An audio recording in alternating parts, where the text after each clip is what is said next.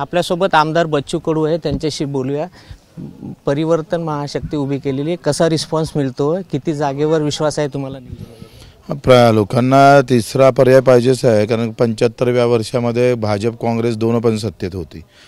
इथे शाळा सुधारल्या नाही, हॉस्पिटल सुधारले नाही, काय बदल झाला असं एकाही माणसाला सांगता येत नाही। झाला असेल तर रस्ते नाल्यामध्ये थोडा बदल झाला तर भौतिकदृष्ट्या आपण पाहतो नॅचरल त्या सगळ्या गोष्टी होतं, पण महत्त्वाचे बदल पाहिजे होते ते न झाल्यामुळे लोकांमध्ये रोष आहे। बेरोजगारीचा एकंदरीत धोरण जे आहे केंद्र आणि राज्य सरकारचे ते ठराविक शहरासाठी असल्यामुळे तालुक्यावर कारखानदारी उभी राहू शकली नाही, कारण आखरी हे धोरणात्मक गोष्टी आहे का आम्ही तालुक्यावर किती कारखाने उभे केले पाहिजे, किती रोजगाराची व्यवस्था केली पाहिजे, जिल्ह्यावर काय असली पाहिजे, कोणत्या प्रांतामध्ये किती रोजगार उपलब्ध केला पाहिजे, हे धोरणं असतात। धोरणाशिवाय ते सार्वत्रिक जात नाही आणि त्याच्यामुळं प्रचंड रोष आहे आणि एक चांगला पर्याय म्हणून लोक आमच्याकडे पाहत आहे महाशक्तीकडे। आणि निश्चित आम्ही पाहतो 122 जागा आपण लढतोय, त्यातल्या प्रहार 40 जागा लढते आहे आणि त्यातल्या आम्ही 10 ते 15 ठिकाणी खूप ताकदीनं 1, 2, 3 या क्रमांकात हाव। या 2 दिवसात आम्ही चांगला क्रमांक गाठू। सेफ है, एक है तो सेफ है, बटेंगे तो कटेंगे, लाडकी बहीण योजना, काय वाटतं? नाही, धर्माचं राजकारण कोणी करू नये। मी तर स्वतः असं म्हणतो का ज्याला जात आणि धर्माचं राजकारण करण्याची गरज पडतं त्याच्या मनगडात जोर नाही हे स्पष्ट होते। आम्ही असं म्हणतो जोडेंगे तो खड़े रहेंगे, सबको जोड़ के लेके जाना है, साथ लेके जाना है और पूरा हिंदुस्तान खड़ा करना है।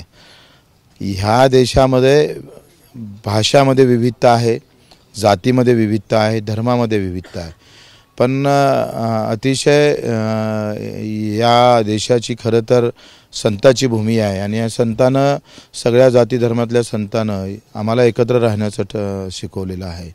माणसातच देव पहा असं म्हणणारी आपली खरी तर एकंदरीत संस्कृती आहे। त्या संस्कृतीला तोडणारी नीती कोणी करत असेल तर चुकीचं आहे। राजकारणासाठी सर्व काही आग लागू दे एकमेकाच्या घराले, पण आमचं जमून टाक ह्या भावना बच्चू कडूच्या नाही, त्याचा आम्ही विरोध करू।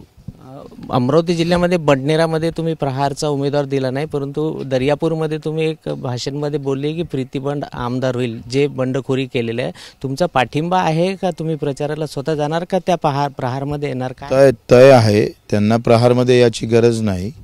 आज त्यांचं जे व्यक्तिमत्व आहे प्रीतीताईचं, संजय भाऊ बंडचं या जिल्ह्यामध्ये शिवसेना उभारणीमध्ये प्रचंड काम राहिलं। मी सुद्धा त्यांचा तालुका प्रमुख होता आणि त्यांच्या हाताखाली मी संजय भाऊचं काम केलं।